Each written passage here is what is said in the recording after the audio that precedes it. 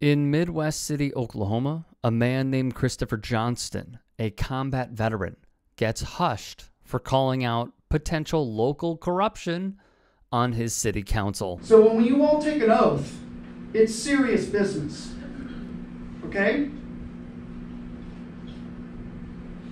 What's being discussed here is that we have here in the state of Oklahoma the greatest human rights threat that's happening in our state.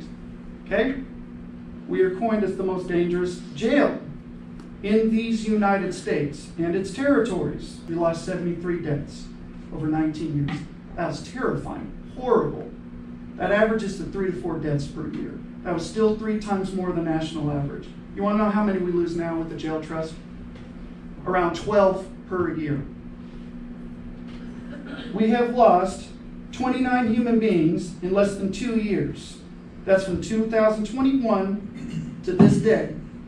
That is 39.73% of the total human beings lost under 19 years. This is where the council members, hearing public comment, throw a fit. So let's be serious about it. I don't care who's donated to your campaigns. I don't care who you're friends with. That's offensive. Let's Okay, be- that's enough. I'm sorry. Point of order. I move to close discussion right now. Right now. There's a way to have a discussion, and no, that's Public not. comment is a constitutional right. I have a pending motion. I have a motion on the floor. Reread the motion, please. Move to close discussion right now. Second. I have a motion and a second. Any further discussion? All in favor indicate by saying aye. Aye. Opposed? Nay. That's a violation of his freedom of speech. He's That's just okay, I got expressing my himself. So much for free speech. Thank you. I vote to close discussion, yes. This council member, who demands public comment to cease, appears to be Susan Eads. The lone nay is Sarah Banna, seen here. It's quite telling that the moment a citizen brings up campaign donations, the majority of the city council votes this way. Fox 25 reported the council took up the issue of its contracts with the Oklahoma County Detention Center and the Criminal Justice Advisory Council. Concerned groups, including the People's Council for Justice Reform, voiced opposition to Midwest City's relationships with the county jail and CJAC.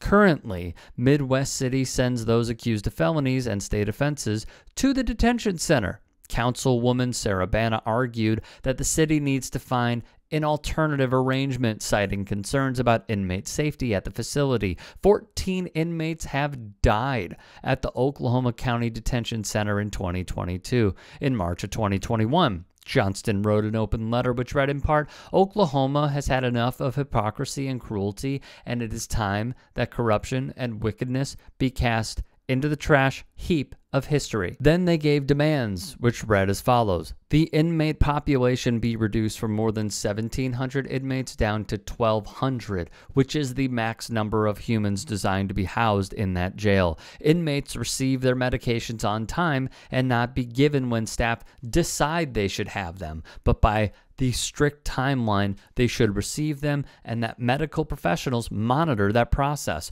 All inmates be allowed out of the cells for exercise at least 1 hour a day. They be given at least 3 showers a week. Bed bugs and gnats be cleared out of the jail. They be given access to psychological services to help them cope with confinement or other issues. The mold be cleared up in the kitchen and everywhere in that jail. Inmates with drug addiction have access to drug counselors. Inmates confined inside each cell be reduced from 3 to 2 inmates per design of the jail. An independent agency investigates every single case of brutality and death, and any county official, regardless of their status, be tried to the fullest extent of the law if they are found guilty of committing acts of brutality. All inmates be provided rehabilitative services such as education, job skills training, interviewing skills, and other wraparound case management services to help rehabilitate and prevent that human being from re-entering this jail. That Immigration Customs Enforcement, commonly called ICE,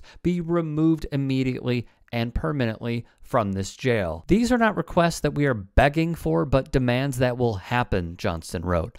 We aim to clean up our county jail and abolish the felony murder law, where if you are involved in a robbery or some other crime and the police murder another person involved in that crime, you, the person who did not fire the gun, is charged with murder. A report from September 16th, prior to Johnston's public comments, notes that protesters demanded elected officials end all contracts with the Criminal Justice Advisory Council, which influences policies at the Oklahoma County Detention Center.